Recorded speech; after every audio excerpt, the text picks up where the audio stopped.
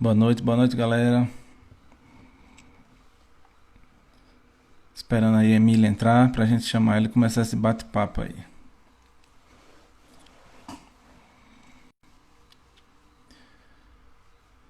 Quem ganhou o sorteio foi Graça. Ó, Darlan, foi Graça. Obrigado por participar, viu? Em breve teremos mais sorteios. Boa noite, Eduardo. O som tá bom aí, galera? Boa noite, Vitor. Meu amigo aí, Vitor Flores, de Petrolina. Um trabalho excelente aí com Tita Ararinha. Uma animação muito bacana. Quem não conhece, vá lá, procura Vitor Flores no Instagram, que é um cara que trabalha com educação ambiental fantástico. Meu amigo, e eu recomendo. Boa noite, doutor Idorlando. Dani, boa noite, Dani. Hoje aí, pessoal, como é o Dia Mundial do Meio Ambiente, o meu amigo Vitor Flores, ele lançou o canal dele no YouTube e também lançou uma música aí, um vídeo com a Tita Ararinha. Podem conferir no YouTube ou no Instagram dele aí. Passou até no BATV. Sensacional a matéria. Muito top. São de pessoas como o Vitor que a gente precisa para ajudar o meio ambiente. Então o trabalho dele é fantástico, né? Puxando o saco não, puxando a sardinha. Meu amigo Fabinho, boa noite Fabinho, filho do sertão, que fez o sorteio juntamente comigo. Também trabalha muito aí com a educação ambiental, na preservação das espécies, né? Desmistificando os mitos, as crenças acerca dos animais silvestres, né? Então, o Fabinho aí faz um trabalho muito legal em Serra Talhada, Pernambuco.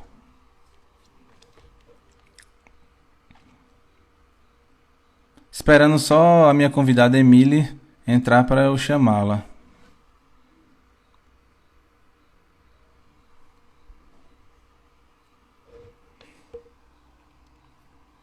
Sim, sim, doutor. Boa noite, Milena. Galera do IFBA aí entrando.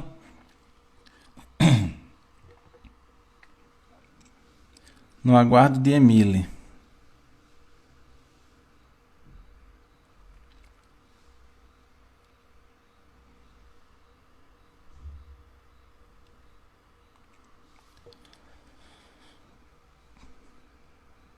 Boa noite, Cecílio, Matheus. Na espera de Emily.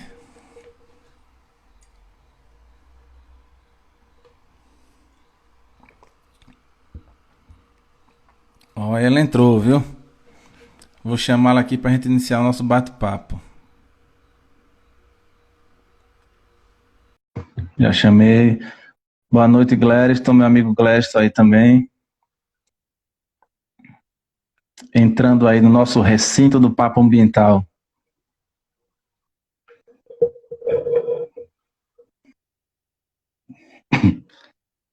Já convidei a Emília aqui, tô aguardando entrar. Boa, boa, dona Maria, isso aí. Turismo e educação ambiental, eles têm que andar juntos, com certeza.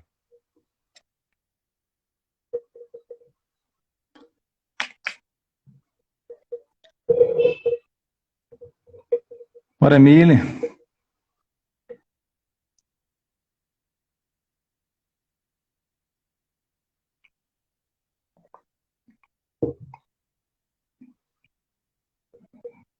Daqui a pouco eu respondo sua pergunta, Orley. Obrigado, Veridiana. Me chama de novo aí, Emília, que caiu aí tua.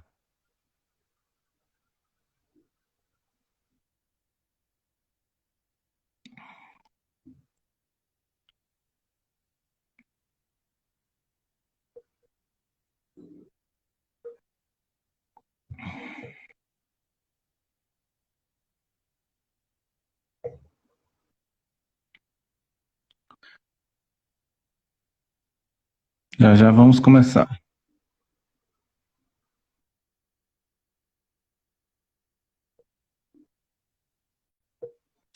Tô chamando aquela de novo. Boa noite, Fernanda, minha amiga parceira aí da educação ambiental.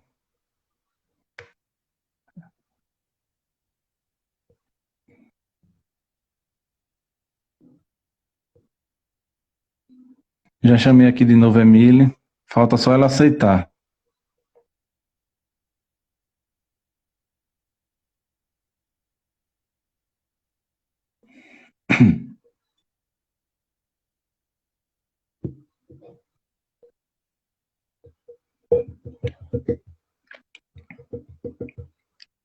Todo mundo se cuidando, ficando em casa, só saindo se houver uma necessidade mesmo. Esses tempos aí estão difíceis, mas todos juntos nós vamos vencê-los. Vencer esses dias.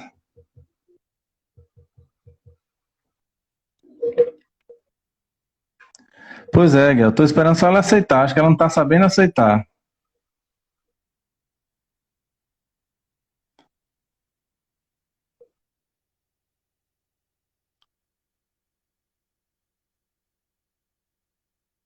Agora parece que ela aceitou. Oi, Boa boa noite. noite. Que luta é essa, minha filha? Tô brigando com a tecnologia. Faz parte. É, faz Nesse, parte. nesses tempos modernos, se nós não nos adequarmos. Boa noite, Bioloco. Tá, né? Boa noite a todos. Tá ouvindo bem aí, Tá bom Emília? aí? Tá me vendo direitinho? Um pouco distorcida, mas vamos ver se sua internet te ajuda. Ah, a Pois internet aqui é sempre um problema. é, assim mesmo. Pois é, pessoal. Hoje é o Tô dia tentando 5 de ajustar aqui. junho, é o Dia Mundial do Meio Ambiente. Dando pra ver direitinho? Tá meia turva ainda, mas eu acho que vai melhorando aos poucos. É, vamos tentando. Pois é. Então, pessoal, hoje, né, comemorado o Dia Mundial de Meio Ambiente, dia 5 de junho. Boa noite, minha ex-professora aí, que acabou de entrar, Kelly Desquivel. Boa noite, Kaique. Então, na verdade, o Dia do Meio Ambiente é mais simbólico, né? É comemorado um dia, se escolheram um dia para que se comemorasse esse dia para que serve, na verdade, para chamar a atenção das pessoas, sensibilizar, conscientizar acerca dos problemas ambientais que nós estamos enfrentando desde outrora, né? Que os problemas ambientais não são de agora, né, Emília? Já são de muitos e muitos anos. Porém, conforme a população mundial vai aumentando também o número de pessoas consumistas, né? Vão comprando muitas coisas sem a devida necessidade e com isso vai gerando um impacto negativo, né, para o planeta versus o homem, né? Então a gente tem que ter essa interação, tem que ter esse equilíbrio, né? Por isso usa-se muito o termo sustentabilidade, né, dentro dos meios naturais, ambientais, já por isso para que se tenha essa sustentabilidade desses recursos que nós vamos utilizar do meio ambiente, para que as gerações futuras possam desfrutar do que nós estamos desfrutando, não tão bem quanto antes, né? Porque ao passar dos anos, a degradação só vai aumentando. Então, eu vou ler aqui para vocês o currículo de minha amiga Emily, um pouquinho aqui, só para vocês terem ideia de quem ela é. Emília Menezes, ela é geógrafa, especialista em gestão pública e ambiental, mestra em ecologia humana e gestão socioambiental, né? Ela vai explicar um pouco desse currículo dela, porque é muita coisa, então só a própria para explicar. Eu, né, Jorge Luiz, sou mais conhecido como Jorge Sergipano, aqui na cidade de Jacobina. Tenho esse nome, Sergipano, não é um nome, um sobrenome, é um apelido que pegou, todo mundo me conhece assim, Jorge Sergipano. porque eu sou de Aracaju, Sergipe e vim residir em Jacobina. Eu sou gestor ambiental, sou docente de biologia, sou pós-graduado em educação ambiental. Então, trabalho com o meio ambiente há muito tempo, gosto muito da área da educação ambiental, trabalho também com a área de resgate de fauna silvestre, principalmente em área urbana, visto que nós estamos invadindo o espaço dos animais e eles não têm para onde se afugentarem, e então eles vão adentrando as residências, o meio urbano. Então, por isso que eu trabalho com esse tipo de resgate específico e tentando sensibilizar a população em geral para que não matem esses animais que são tão importantes para nossa natureza, para o ecossistema em que eles interagem. Então, Emília, eu vou deixar para você agora explicar o seu currículo, né? Vamos lá.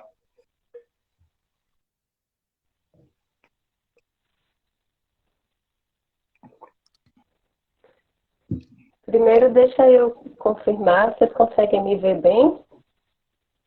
Sim, sim. É? Então, boa noite para quem está aí ouvindo a gente. Boa noite, Sergipano. Eu quero começar agradecendo, né? A gente está num dia, para nós que trabalhamos com a área ambiental, é um dia importante. Eu sempre questiono muito essas datas específicas, mas cuidar do meio ambiente a gente tem que fazer todos os dias, né? É só uma data para a gente lembrar, para a gente registrar esse cuidado. E sempre um prazer, porque já trabalho há alguns anos na área, né? Venho da formação de geografia, você vendeu meu currículo, aumenta a minha responsabilidade, né? Então, venho da formação em geografia e dentro da área da geografia, minha primeira paixão foi a área ambiental.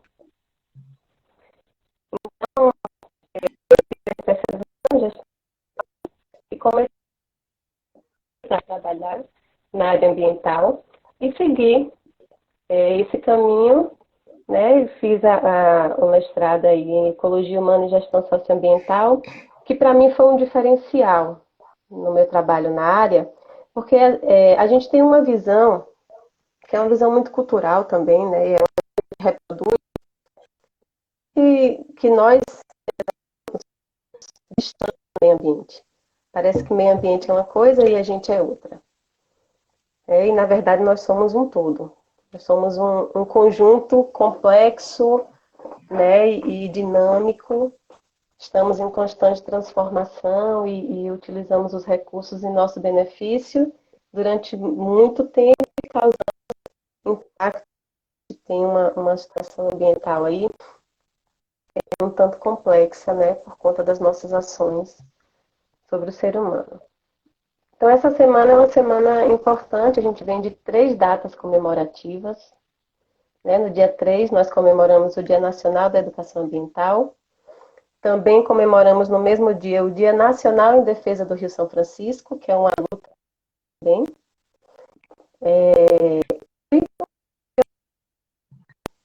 Então, falar do meio ambiente é sempre atual, é sempre necessário.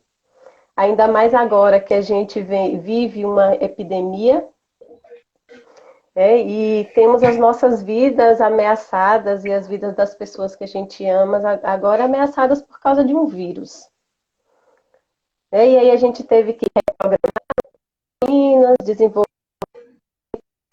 novos cuidados com a saúde, com a alimentação, novas formas de estabelecer relações sociais, e a tecnologia tem vindo aí a nosso favor nesse sentido.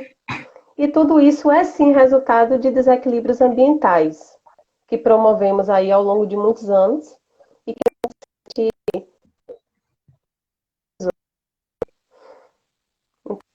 vamos, que eu acho que vai ser uma noite boa para a gente bater um papo, trocar uma ideia, aprender um pouquinho com quem está aí participando. Também fiquem à vontade para dar as contribuições de vocês. Estão vendo bem a imagem de Emília agora, pessoal? Tá melhor, Melhorou? gente? Para mim tá melhor. Gladstone disse que está melhor. Gladys, Pois é, Emília.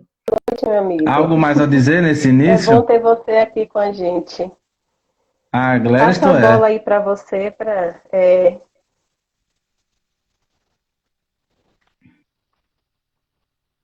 vamos lá? Bora. Pois é, pessoal. Como a Emily falou, né, tem que ter toda essa interação do ser humano com o meio ambiente, o planeta, né? Eu vou falar aqui uma definição bem básica do que é meio ambiente. Depois, Emily vai dar o conceito dela, a definição dela, o que seria, o que é o conceito de meio ambiente na visão de um geógrafo.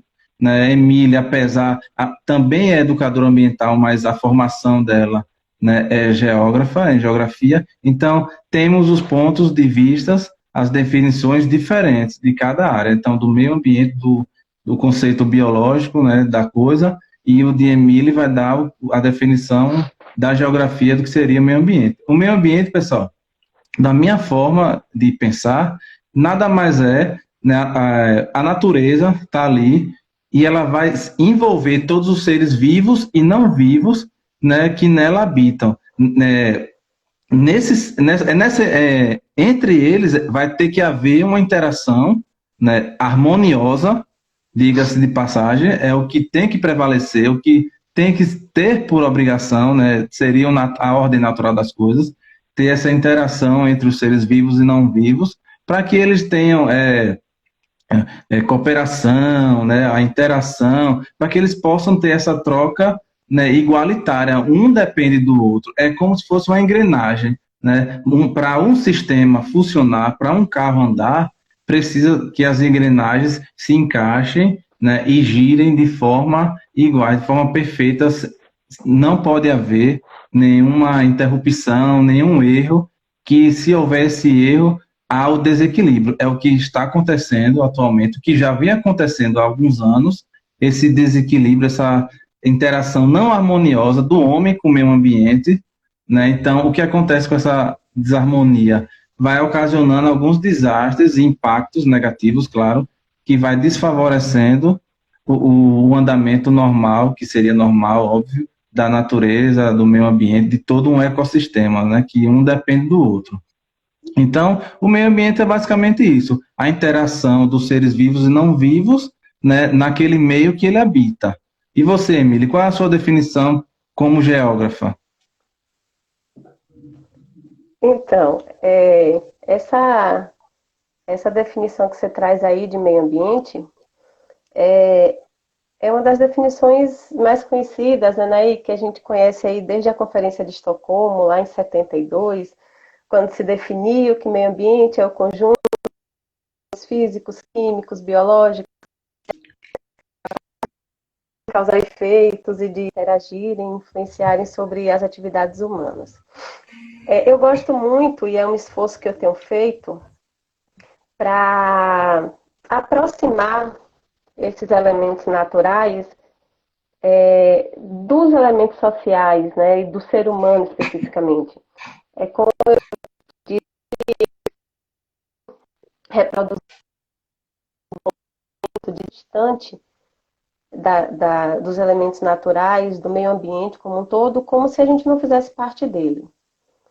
Então eu queria trazer nesse momento nosso aqui, acrescentar ao que você falou, uma visão bem mais próxima desse meio ambiente, né? Então, por que não falar de lar, de vida, do lugar de alguém? Porque a nossa vida depende do meio ambiente. Para respirar, para comer, para beber, né? Então, para que a gente se mantenha vivo, a gente precisa desses elementos naturais. Então, a gente pode falar de entrelar,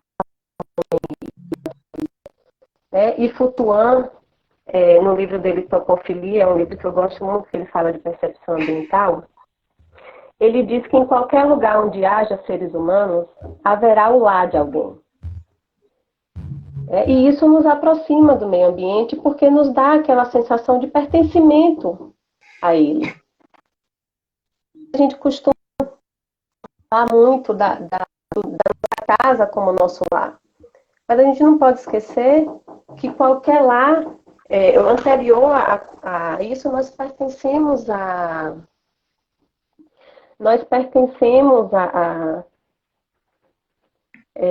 peraí, Jade, só um pouquinho. Tranquilo. Voltando. Então, a gente pertence a esse lar mais, né? Que falar de meio ambiente precisa ser também falar de ligações afetivas, que nem sempre a gente constrói nesse nosso processo, exatamente porque a gente se coloca distante dele, né? E de todos os elementos que compõem ele. Então, a gente precisa construir relações afetivas, porque nós, seres humanos, a gente precisa desse de pertencer, que a gente se sinta parte daquilo e daí a gente consiga interagir de forma mais positiva. Né? Eu falei de nossa casa. Por que a gente cuida de nossa casa? Porque a gente costuma entender a nossa casa como o nosso lugar de aconchego, né? O nosso lugar de paz, de tranquilidade, onde a gente se encontra, que a gente tem. E a gente precisa estabelecer essa relação também com o meio ambiente para que a gente mude essa forma de se relacionar com ele. Então, a gente tem diversos fatores, que influenciam no nosso comportamento com relação ao meio ambiente. O primeiro deles são fatores culturais.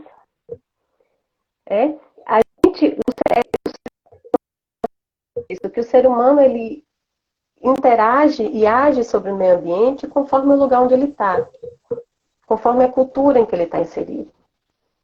Então, a gente precisa estabelecer novas formas de fazer, de estar conectado, de interagir sobre o meio ambiente, porque nesses aspectos, às vezes, a gente acaba reproduzindo comportamentos. Às vezes a gente reproduz. A gente tem muito comum aqui em Jacobina, era muito comum para a gente, né, e ainda é a questão dos incêndios. Né? E muitos dos incêndios, eles são incêndios provocados por pessoas que estão reproduzindo comportamentos. Né? O de recolher, sei lá, restos da limpeza que fizeram em seu quintal, que eles acumulam ali, tocam fogo e aquilo toma uma proporção maior. São reprodutores de comportamento. Muitas dessas pessoas, elas não têm tocando ali aquela coisa do tempo, isso ser reproduzido e ser feito, e acaba fazendo também sem que racionalize, né, a ação especificamente. É claro que eu não estou isentando aqueles que fazem e têm a noção do dano que causam. Né? Eu estou falando de aspectos culturais que muitas vezes são reproduzidos sem essa reflexão. Econômicos também, que são fatores que influenciam diretamente nessa relação com o meio ambiente, porque a gente não pode nunca dizer que nós temos uma sociedade que é desigual, né, em questões econômicas, de moradia, de infraestrutura, de a gente não pode comparar dentre o extremo das condições socioeconômicas favoráveis ao outro extremo que é, né, extremamente desfavorável. Porque se a gente falar de consumismo, por exemplo, dentro dessa lógica, quem mais consome? Poder aquisitivo. Vai gerar mais resíduo. Né? A lógica seria essa. Mas quem vai sofrer mais diretamente as consequências da geração descomedida desse resíduo? Onde é que esse resíduo vai ser descartado e vai impactar mais diretamente nas pessoas? aqueles que são economicamente menos favoráveis, a população mais pobre. E que, consequentemente, é a população mais vulnerável. É aquela que, se, sofrendo diretamente a consequência daquela ação, vai ter uma capacidade menor de reagir. A gente tem visto isso, não tem? Sempre se falou, acompanhando as discussões, que o grande receio era de que o vírus entrasse nas favelas, nas comunidades mais carentes, porque atingiriam aquelas pessoas de uma forma muito mais agressiva, porque essas pessoas teriam menos condições de acessar uma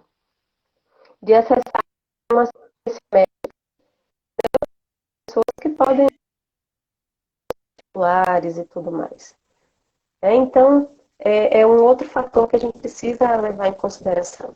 Depois a gente tem outros fatores aí que indiretamente influenciam, que se a gente for discutir um a um, a gente tem, né, leva um tempão aí para debate, porque entraria a escolaridade, faixa etária, são grupos sociais diferentes que relacionam também. Você falou tudo aí, são N fatores, né, que impactam em todo esse processo que você falou aí. Aí eu costumo muito dizer, digo, repito, persisto, insisto, a educação ambiental, ela tem que ser o pilar, né, de tudo, ela é a base de tudo. Não adianta, né, a gente fazer ações, né, de educação ambiental somente nas datas comemorativas, né? As datas comemorativas são importantes, porque são datas simbólicas que servem para gente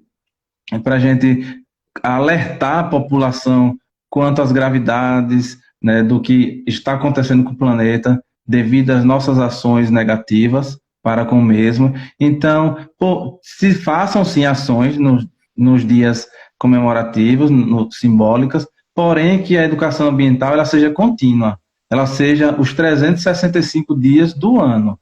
Educação ambiental, eu vou morrer dizendo isso, eu sou educador ambiental, eu amo o que eu faço, escolhi fazer isso e vou até o fim, vou persistir. Sei que dificuldades aparecem, né, para quem quer ser educador ambiental no Brasil, é complicado, temos inúmeras profissões desvalorizadas, mas eu acho que deveria, né, não é de acordo com o MEC, né, os parâmetros curriculares deles, a educação ambiental não é para ser, né, matéria obrigatória, na minha opinião.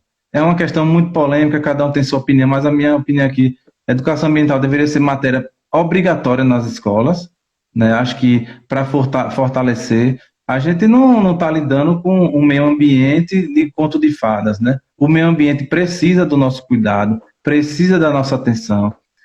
Nós dependemos dele para sobreviver, né? Temos aí muitos exemplos aí das condições climáticas, toda fora de normal, tá? Então é complicado. Então tem que ser obrigatório. A educação ambiental é a base de tudo e nós temos que fazer todos os dias da vida, né, ações que diminuam, que minimizem e possam mitigar, né, esses efeitos negativos. Doutor Idorlando, que é mais conhecido como Cabelinho, na cidade de Jacobina, meu amigo, ele falou aqui sobre os desmatamentos que está acima dos 30% no nosso país.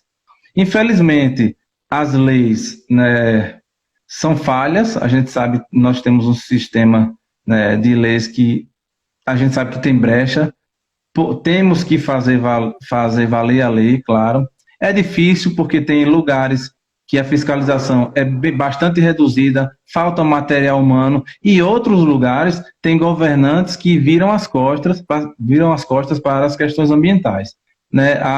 Eu não gosto de falar de política assim, que cada um tem o seu, mas no momento que o país está, tá muito complicado o desmatamento, tem crescido bastante, e nessa época de pandemia, estão se aproveitando para desmatar o que pode e o que não pode, e eu acho que as leis têm que ser duras, né, principalmente na zona lá da Mata Atlântica, da Amazônia, que estão desmatando demais.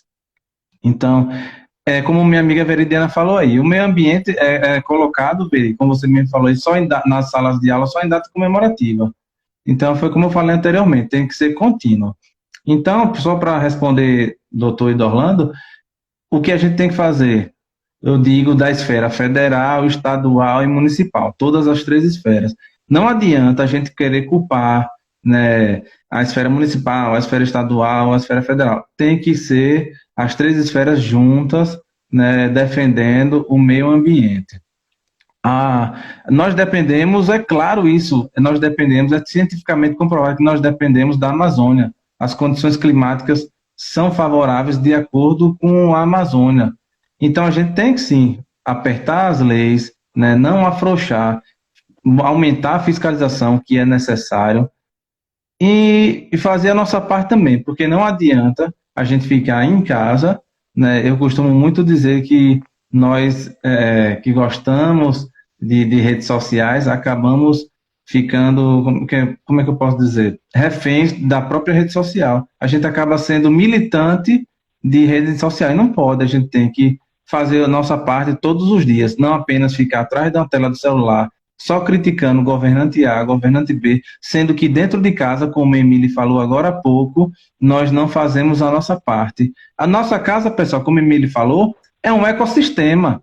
Tem as engrenagens dentro da nossa casa, tem que funcionar em perfeita harmonia. Se eu estou dentro de minha casa, se eu gero resíduo, gero lixo, e não, né, não acondiciono da forma correta, não segrego, né, visto que nossa cidade é agraciada porque tem uma recicla jacobina, uma cooperativa que recebe esses resíduos segregados, né, então vai diminuir muito o impacto no meio ambiente dessa geração de resíduos. Então, se eu estou dentro de casa, eu gero papel, gero garrafa PET, papelão, e eu não segrego, eu não estou fazendo a minha parte, então estou deixando de fazer. Então, essa engrenagem, lá na frente, vai ocasionar um problema maior. A gente acha que um papel de bala jogado no chão não vai fazer tanta diferença.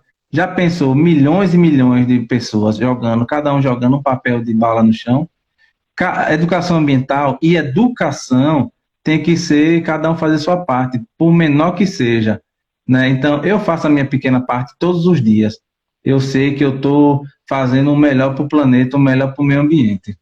Só para complementar, para a gente dar seguimento aqui, eu costumo muito usar nas minhas palestras, nas aulas que eu dou, Emília e pessoal, o exemplo do globo terrestre, do planeta. Eu uso muito ele, coloco dentro de um saco transparente, um saco de plástico, e faço, né, simbolicamente, pergunto às pessoas, aos alunos, o que é que elas estão vendo, se elas jogam o lixo, o resíduo que elas geram dentro ou fora. A pergunta é simples. Vocês estão jogando dentro ou fora do planeta? É impressionante que a maioria diz que está jogando fora. Eu jogo lixo fora. E não é. A gente joga dentro do planeta. Então, é por isso que a gente tem que se atentar às questões ambientais. A gente tem que fazer a nossa pequena parte. A gente tem que segregar o nosso resíduo dentro de casa. A gente tem que um ajudar o outro. É aquela interação para as engrenagens, né, funcionarem. Então, Emília, você quer acrescentar mais alguma coisa? Você falou de educação ambiental. A gente tem, eu acho que a gente pratica educação ambiental de uma forma um tanto equivocada. Se a gente fala da educação formal, aí a gente vai ter uma educação ambiental que as discussões que se tem, né, no âmbito da educação, ela não pode ser uma disciplina, porque sendo uma disciplina, ela estaria limitada.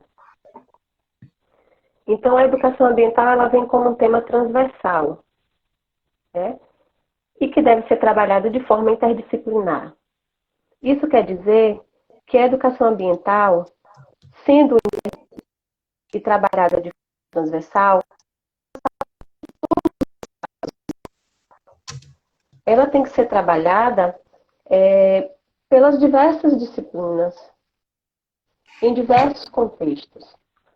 Só que tem um aspecto da educação ambiental que é a questão da educação ambiental para além da escola. Nas nossas bate-papo como esse que a gente está tendo aqui, a educação ambiental ela é praticada, né? Então, a gente não pode limitar a educação ambiental apenas para o espaço escolar. A gente precisa ir além do espaço escolar e promover a educação nos espaços de convívio,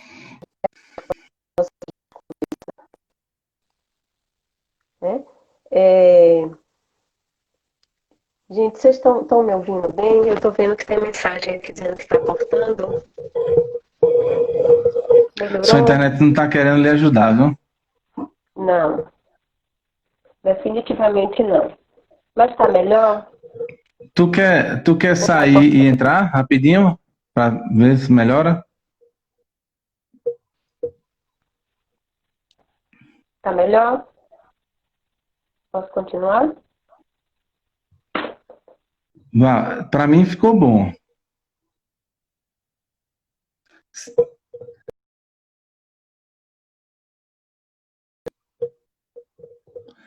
Vou chamar ela daqui a pouco. O áudio dela tá ruim, a imagem também, a internet não tá ajudando ela. Deixa eu chamá-la de novo aqui.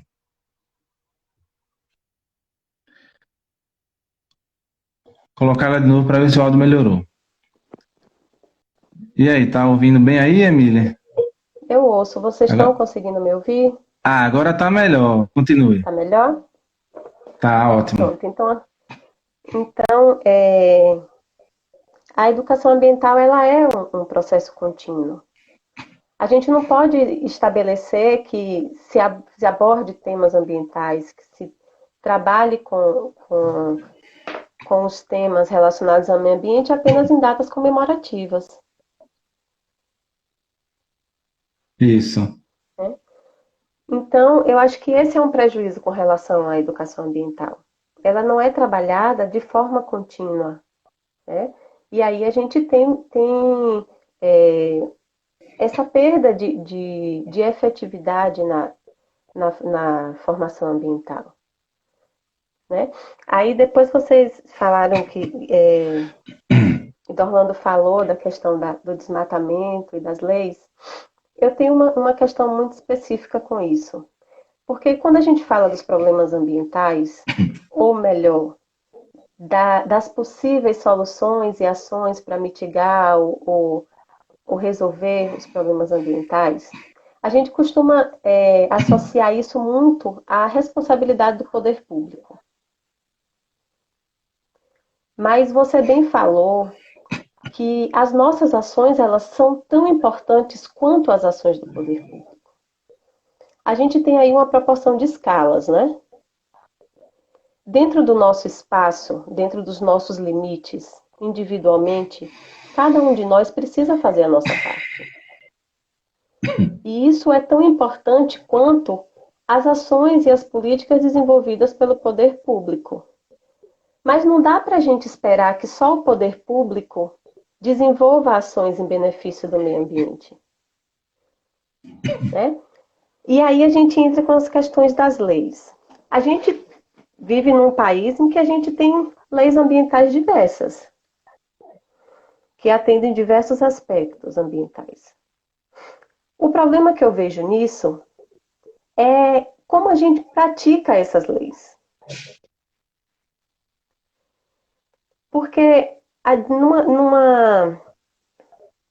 numa proporção diferenciada, né, a gente tem responsabilidade e corresponsabilidade sobre todas as ações e impactos que são gerados sobre o meio ambiente. Por que que, então, a gente costuma utilizar as brechas que as leis nos dão para justificar as nossas ações inadequadas sobre o meio ambiente? A gente precisa entender que se as leis estão ali para serem cumpridas, o não cumprimento delas nos responsabiliza. Qualquer consequência que a gente tenha de não cumprimento da lei é responsabilidade nossa. Mas ao invés de cumprir a lei, no nosso país, a gente tem visto constantemente ações justificadas pelas brechas que as leis ambientais dão. Então, a gente vai discutir isso sobre que perspectiva? Sobre a perspectiva da lei que não é fiscalizada, mas quem tem que fiscalizar o cumprimento da lei? Nós, cidadãos, enquanto enquanto corresponsáveis por tudo isso, como eu disse, nós também somos fiscais da lei.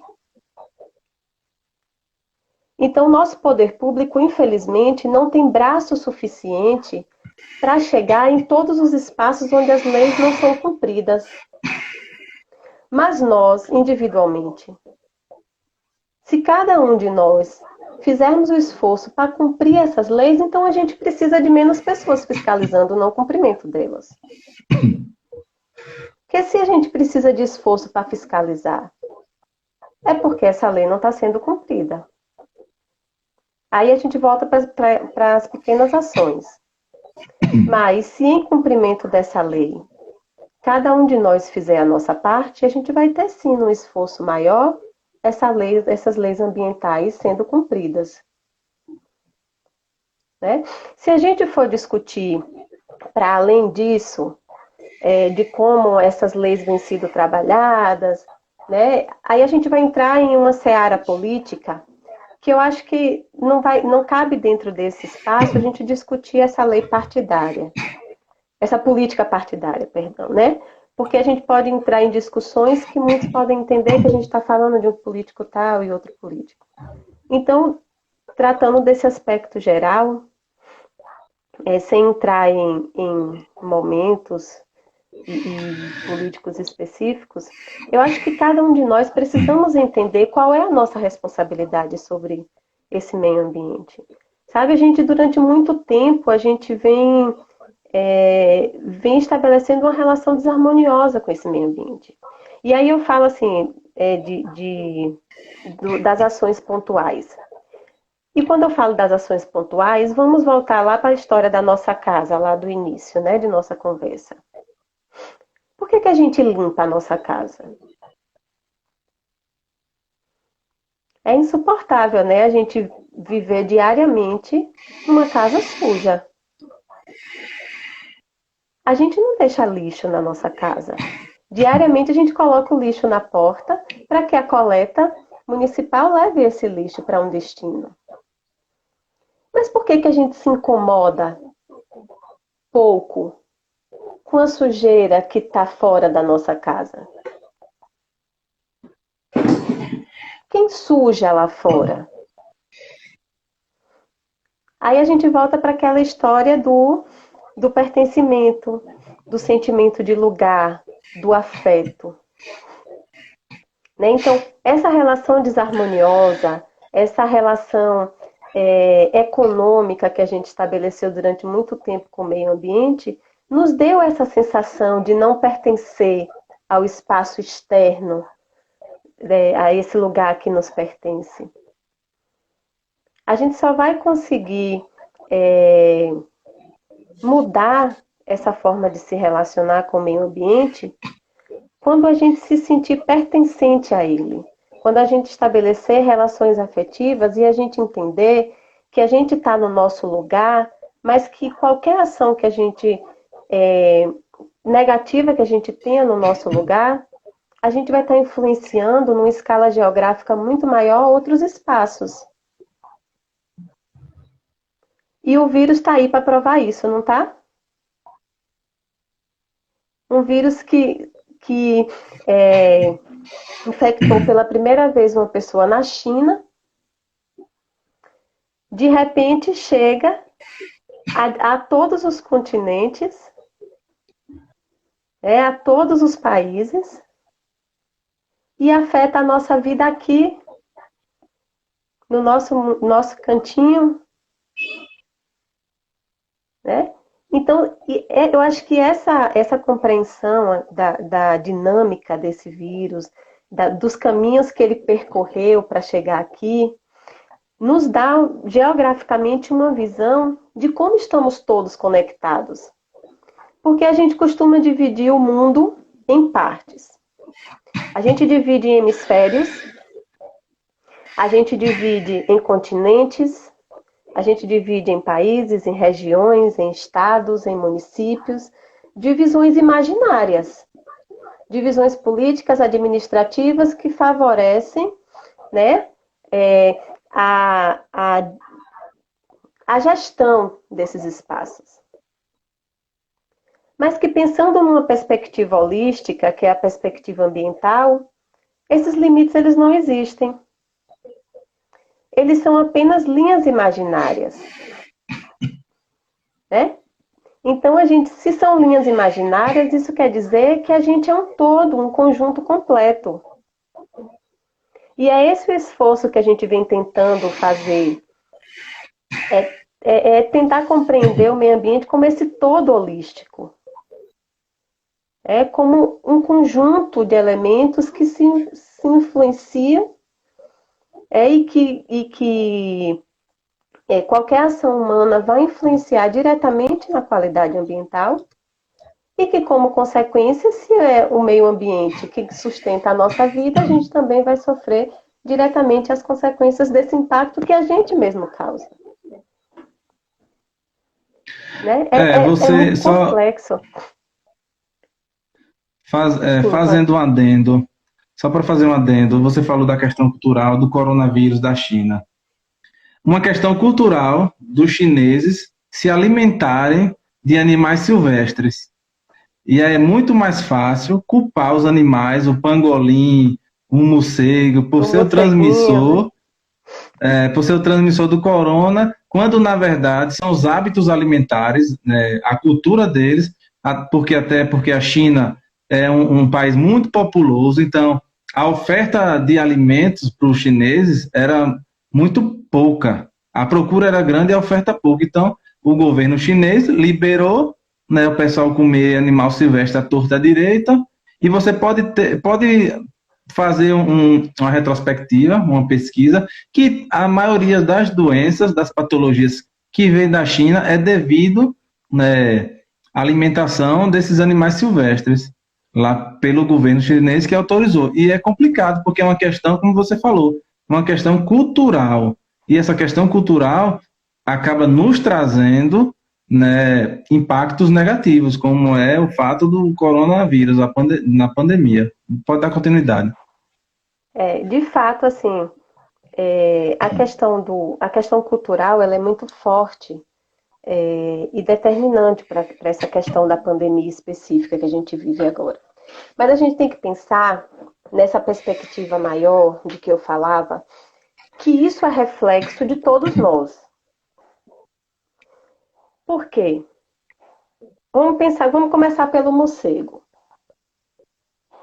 O morcego é um animal extremamente necessário dentro do ecossistema, para o equilíbrio do ecossistema, não é? Você é biólogo, você sabe disso melhor do que eu. Isso. O morcego, ele é um animal que tem como predador insetos, não é isso?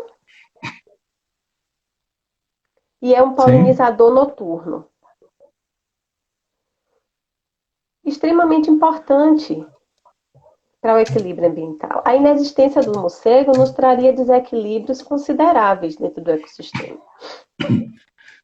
né?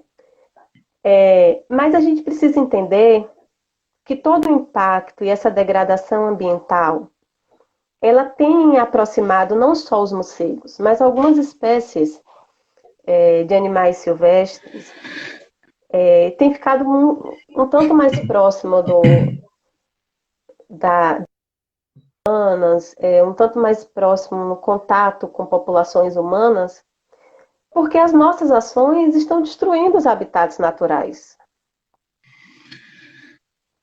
Isso. E tem provocado a migração desses animais. Isso é biogeografia, né?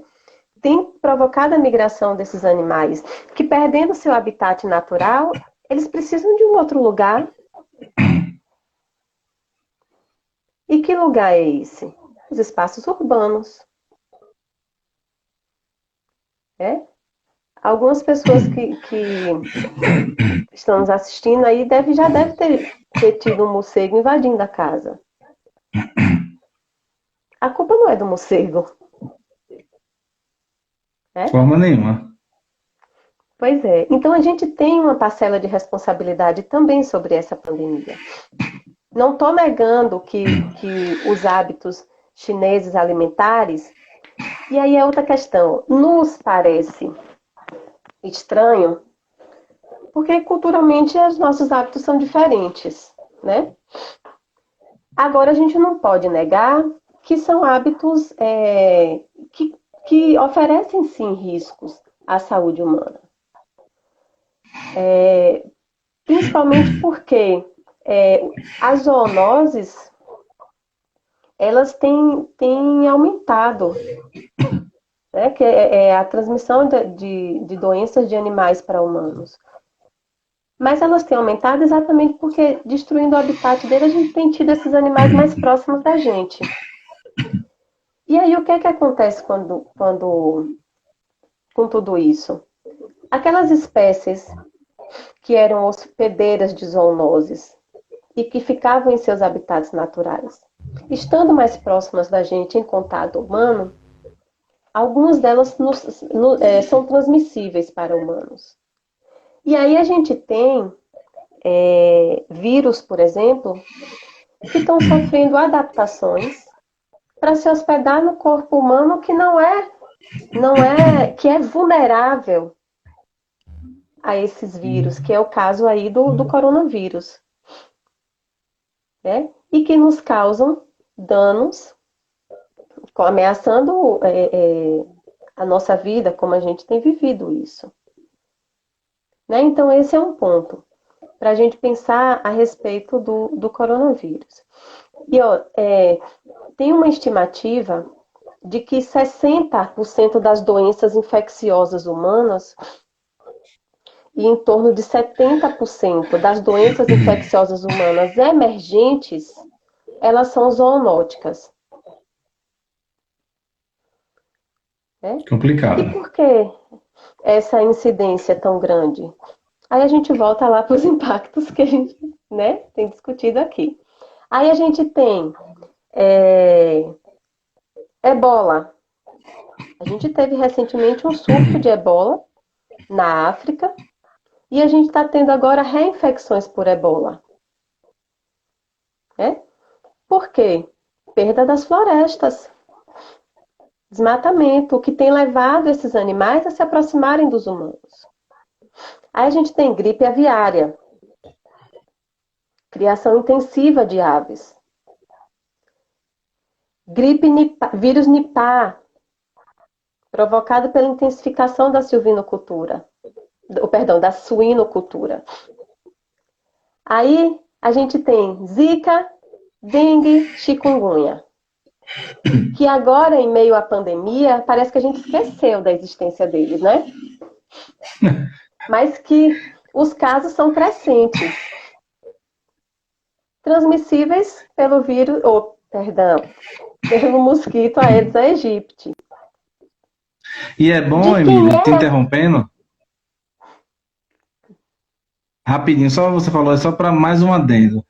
É complicado porque a dengue, zika, chikungunya, as pessoas também, mais uma vez, cobram muito dos poderes públicos e são, né, e pode sim ser controlado simples, você dentro de sua casa, você tomando conta do seu quintal, virando as garrafas, tampando as suas caixas d'água. Então, são ações mecânicas simples que você pode evitar o mosquito adentrar a sua residência. E não, a população, né, fecha os olhos para isso e acha que é só obrigação do poder público. Caramba, velho, será que precisa mesmo a gente alertar que tem que fechar a sua caixa d'água? E muitas das pessoas sabem que precisa sim fechar, mas acha que é obrigação do pessoal da prefeitura, do estado, do ente federativo, fazer isso por eles. Então, é uma questão, como você falou, mais uma vez, uma questão cultural. Pode falar, continuar. É aquela coisa da nossa parte, de fazer a nossa parte. Né? Se cada um de nós cuidasse do nosso canto, a gente não tinha essa proliferação do mosquito. A gente teria uma incidência muito menor, né, dessas doenças. Aí a gente vem agora, coronavírus. Provocado pelo desequilíbrio ambiental. Né? A aproximação dos animais selvagens com a população humana. Aí a gente fala dos hábitos alimentares chineses, sim. Claro, né? Claro que sim. Mas não é só isso. Até porque a gente fala, tudo que se tem ainda a respeito do coronavírus ainda está em meios de pesquisa. Então, Muito a gente não novo. pode afirmar nada com 100% de certeza ainda. Algumas coisas ainda são especulativas, outras são pesquisas avançadas, mas nenhuma ainda com resultados efetivos. Né? Então, tudo que a gente falar sobre coronavírus ainda vai ser meios incertos e meios de pesquisas ainda não concluídas. Mas a gente teve outras pandemias anteriores a essa, né? A gente teve a peste negra, foi até mais mortal do que essa, 200 milhões de mortes no mundo, provocado por pulga de roedores.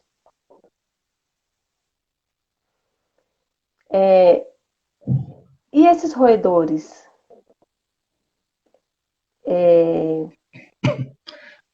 Vocês estão me ouvindo, gente? Porque está travando para mim aqui, eu estou sem Sim, saber. sim, tá perfeito. Sim, então, peste negra, né? Voltando. 200 milhões de mortes no mundo.